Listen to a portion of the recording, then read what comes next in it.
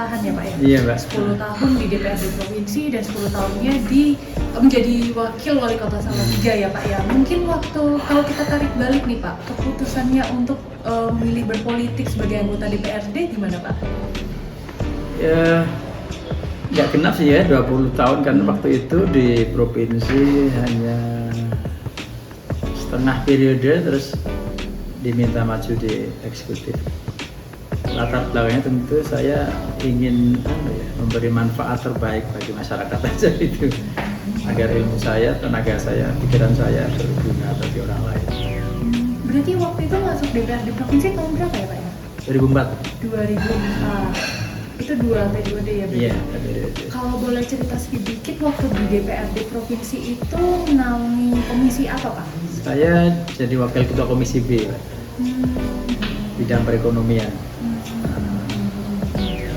Terus ini kan sudah ada pengalaman di legislatif nih Pak. Mungkin apa yang membuat Pak Haris akhirnya turun ke eksekutif Pak?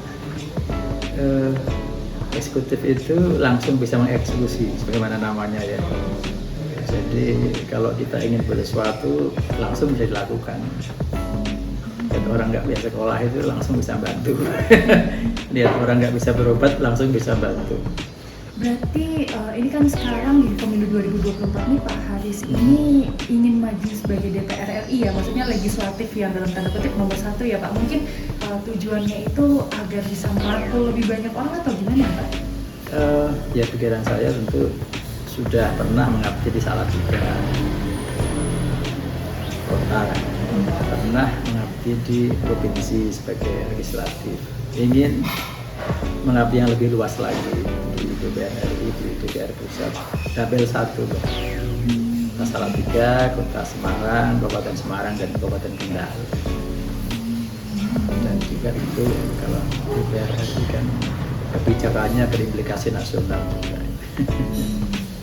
Pak mungkin Pak bisa diceritakan sedikit nih pengalamannya selama 10 tahun di legislatif dan 10 tahun di eksekutif yang mungkin menjadi bekal atau modal Pak untuk ke DPR RI Pak. Mungkin boleh dari DPRD dulu sih. Iya. Jadi betapa banyak memang orang yang membutuhkan pertolongan kita, ya bantuan kita. Ada banyak orang yang seharusnya tidak kesulitan untuk sekolah, kesulitan untuk berubah. Tapi faktanya kan ternyata masih kesulitan mereka itu. Demikian pun juga waktu menjadi wakil wali kota, kita banyak orang yang masih perlu mendapatkan pertolongan bantuan dari saya, dari kita. Dan lagi-lagi saya ingin memberikan sumbangsi sisa hidup saya untuk mereka, membuat orang lain bahagia. Bagi saya itu sesuatu banget gitu. Orang lain bahagia itu melalui kita, tentu kita menjadi bahagia juga.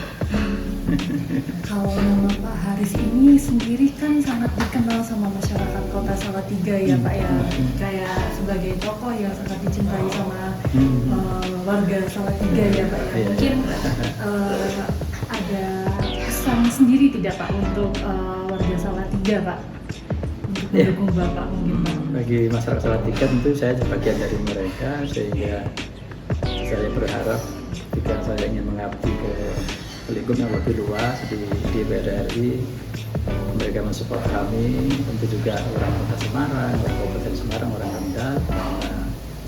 Bagi mereka semoga saya bukan orang lain lagi gitu. Bagi mereka kalau Jawanya saya sedulurnya sendiri, sedulur dewi, dan insya Allah 20 tahun mengabdi saya kira sudah cukup menjadi batu ujian, menjadi waktu yang cukup panjang bahwa saya sudah melayani masyarakat dan kami ingin terus melayani mereka semua melalui posisi saya di DPR RI bila kami berhasil menjadi anggota DPR RI. Pak, ini kan Kota Salatiga itu termasuk kota di Jawa Tengah yang jadi pilihan ya Pak, entah pilihan wisata juga atau pilihan kuliner dan yang lain-lain gitu Pak. Mungkin selama Bapak ada di Salatiga nih, khususnya kita ngobrolnya pas Bapak jadi wali kota Salatiga ya Pak ya. Yang paling berkesan tuh apa sih Pak dari Kota Salatiga dan warga Salatiga Pak? Karena begitu mencintai Pak Haris Pak. saya merasa tersanjung dan tentu ikut juga mengangkat nama Kota Salatiga itu ketika selama 10 tahun menjadi wakil wali kota sama Pak Wali tentu itu bisa menjadikan Salatiga kota yang dikenal sebagai kota yang paling toleran se-Indonesia. 5 kali, 6 kali bahkan berturut-turut selalu masuk 3 besar, kadang nomor 1, nomor 2, pernah nomor 3 juga. Karena tentu persoalan toleransi, persoalan kebersamaan itu jadi isu yang penting bagi kita semua di masyarakat yang heterogen, yang majemuk, yang beraneka-ragam latar belakang. Dan alhamdulillah selama 5-6 kali mendapatkan penghargaan itu, kami selalu bisa hadir mendapatkan anugerah penghormatan itu di Jakarta, dan tentu ini membahagiakan kali karena membuat Kota Salatiga dikenal oleh warga negara salah seluruhan di Indonesia ini. Nah, kami ingin memperluas tidak hanya untuk Salatiga tapi juga untuk Semarang Raya ini melalui otoritas yang nanti akan saya miliki menjadi anggota DPR RI. Berarti salah satu visinya dan tujuannya memang membawa toleransi dan guyupnya orang Salatiga lebih luas lagi ya Pak ya? Betul. Saya kira itu salah satu persoalan yang harus mesti kita selesaikan di kita sekarang.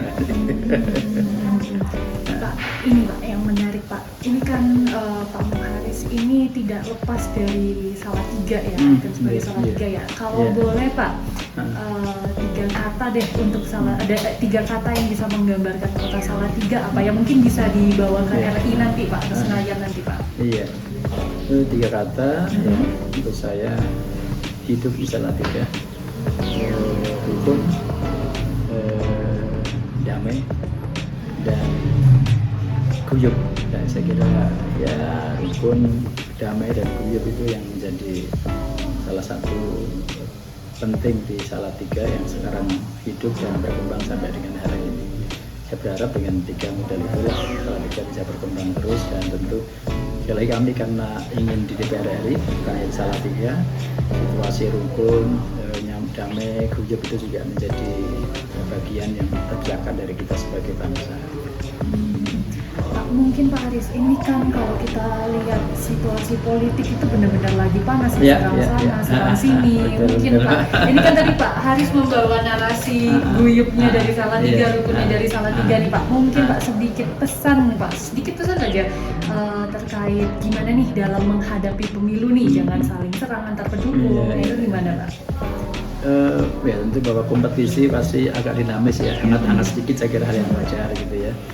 Itu menandai demokrasi kita masih hidup gitu. Yang penting saya kira kita sadar bahwa walaupun kita ini berbeda, tapi perbedaan itu tidak menjadi alasan untuk saling bermusuhan. Toh sesanti kita bineka, tapi tunggal ika. Kita tetap beragam. Justru menariknya Indonesia ini karena beragamnya itu. Tapi kalau hanya beragam saja, berbeda pilihan saja, itu bukan menarik. Bisa berbahaya kalau tidak tunggal ika. Sehingga saya kira keragaman pilihan baik itu pilpres tentu kayak dari PKS pasti mungkin punya perbedaan dengan yang dari partai lain, pilihan presidennya saya milih Pak Anies dan lain-lain. Perbedaan itu tentu saja dalam kerangka tunggal ika, kita terhadap bangsa yang 5 tahun sekali ini tidak boleh mengorbankan kebersamaan dan kesatuan kita sebagai bangsa yang kuat. Haris nih, mungkin Pak Haris, kalau semisal nih terpilih untuk maju ke DPR RI atau maju ke Senayan nih Pak, Iya, Pak. Sudah ada bayangan belum Pak kira-kira ingin ditempatkan mengejar komisi apa gitu, komisi 1, 2, 3? Iya, menarik saya kira ini menginspirasi ini kan. Tentu kebijakan itu di partai gitu ya, tapi kalau boleh saya melanjutkan pengalaman hampir 10 tahun di DPRD provinsi itu di perekonomian, lebih spesifik di pertanian barangkali, karena Dapil 1 kita mungkin Kabupaten Semarang, kemudian Salatiga, Kendal, dan mungkin pinggiran-pinggiran kota Semarang ini punya potensi yang bagus untuk pertanian, tinggal bagaimana kita mengelolanya dengan baik. 2 kabupaten saya kira sangat potensial untuk itu, Kabupaten Semarang, Kabupaten Kendal masih punya lahan yang cukup luas untuk pertanian, apakah itu jagung, apakah itu berambang, apakah itu tembakau, apakah itu sayur mayur di Kopeng itu, tentu ini menjadi hal yang sangat menarik kalau seandainya kita bisa mengadvokasi mereka sehingga di saat mereka panen itu tidak sebagai panen biasa, begitu panen raya harga jatuh sehingga masyarakat petani itu tetap saja miskin gitu ya. Masih saja selalu mengharapkan bantuan dari banyak pihak. Kita ingin petani kita mandiri, berdaulat sehingga dari pertanian itulah mereka bisa menjadi sejahtera gitu. Menarik ya Pak ya. Pertanian ini kan memang nggak bisa lepas dari Jawa Tengah sebagai lumbung padi ya. Iya Pak. Ini Pak, kalau misalnya kita balik nih sendiri, balik lagi nih Pak, flashback kita Pak. Waktu menjabat sebagai DPRD provinsi Pak, waktu reses atau turun ke lapangan itu sebenarnya keluhan yang banyak dari masyarakat itu apa sih Pak? Kalau di pertanian itu selalu saja bahwa di saat musim panen harga rendah, sehingga biaya produksi pertanian seringkali tidak tercover, tidak tercukupi oleh hasil ketika mereka panen. Ini yang sebenarnya perlu kita pikirkan. Berarti memang paling banyak ketika turun atau pas di lapangan itu masalah pertanian tuh paling banyak di Jawa Tengah ya? Disampaikan di Jawa Tengah. Ya ada kadang-kadang misalnya profesi petani menjadi tidak menarik lagi bagi masyarakat, sehingga terjadi apa ya? Anak-anak milenial nggak jadi petani lagi, nggak mau karena tidak menjanjikan gitu, sehingga usia petani itu semakin tua. Mungkin juga terkait dengan akses permodalan. Petani itu mungkin bagian dari masyarakat yang agak sulit untuk mengakses modal. Mereka tahu ada bank, tapi nggak tahu cara pinjamnya seperti apa gitu ya. Kalau agunan mereka juga mungkin agunannya sedikit. Kemudian yang ketiga mungkin modernisasi alat-alat pertanian, ini juga mungkin jadi kendala bagi masyarakat kita, dan akses pasar ini yang paling penting. Jadi sampaikan tadi ketika mereka panen ternyata menghadapi harga yang tidak kompetitif dan tidak menguntungkan tadi.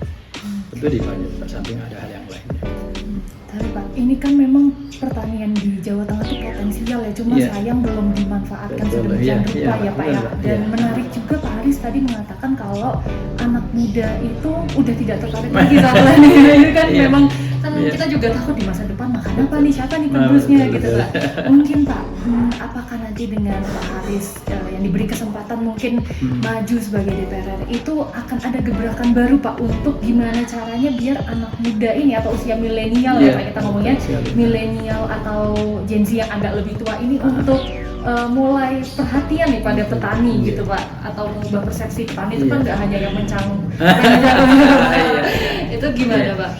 Ya memang bagi generasi Gen Z mungkin ada generasi yang sejajar dengan itu tidak menarik harus mencangkul ke sawah itu ya, sehingga barangkali pertanian harus kita tarik menjadi industri pertanian, sehingga mungkin pemilikan modal, pemilikan lahan juga lebih luas lagi, kemudian juga mungkin akses permodalan mereka lebih mudah, pasca panen juga menarik untuk ikut dalamnya gitu ya. Kalau masalah-masalah terselesaikan, kalau menurut saya ini juga menjadi daya tarik bagi anak-anak muda untuk masuk di profesi petani ini.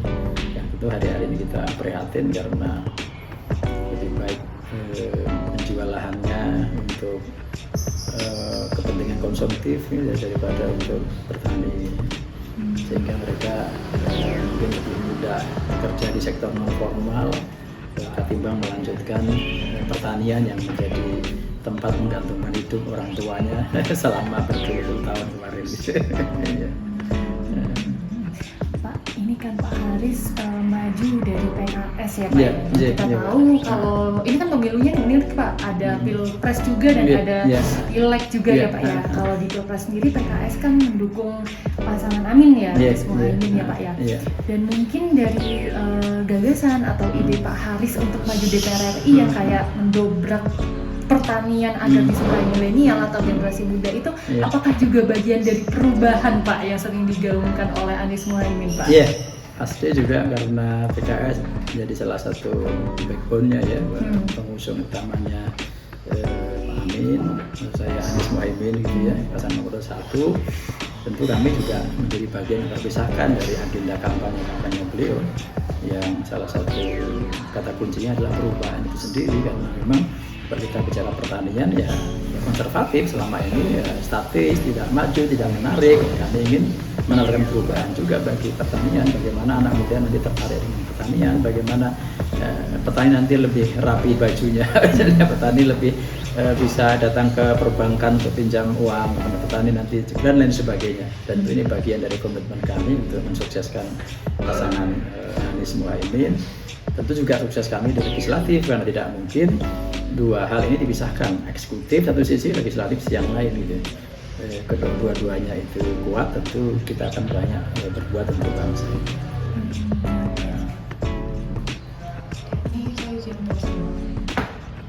Pak Haris, ini mungkin Pak soal debat Pilpres kemarin Pak yang ketiga, ini kan yang begitu mencuri perhatian itu Pak Anies dan juga Pak Ganjar yang terlihat menyerang Pak Prabowo. Ini kan bagian dari gebrakan perubahannya Pak Anies Pak. Mungkin sedikit, mungkin komentarnya Pak.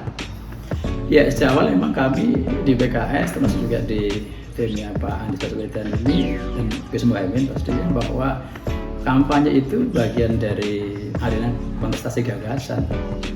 Jadi orang, publik, pemilih Indonesia yang jumlahnya lebih dari 200 juta lebih ya, itu kalau milih itu ada pembandingnya, ada perbandingan menurut saya itu antara satu dengan yang lain dalam konteks gagasannya seperti apa untuk bangsa. Ini kan bangsa yang besar ya, tidak mungkin tanpa dikelola oleh pemimpin yang punya gagasan besar untuk negara ini.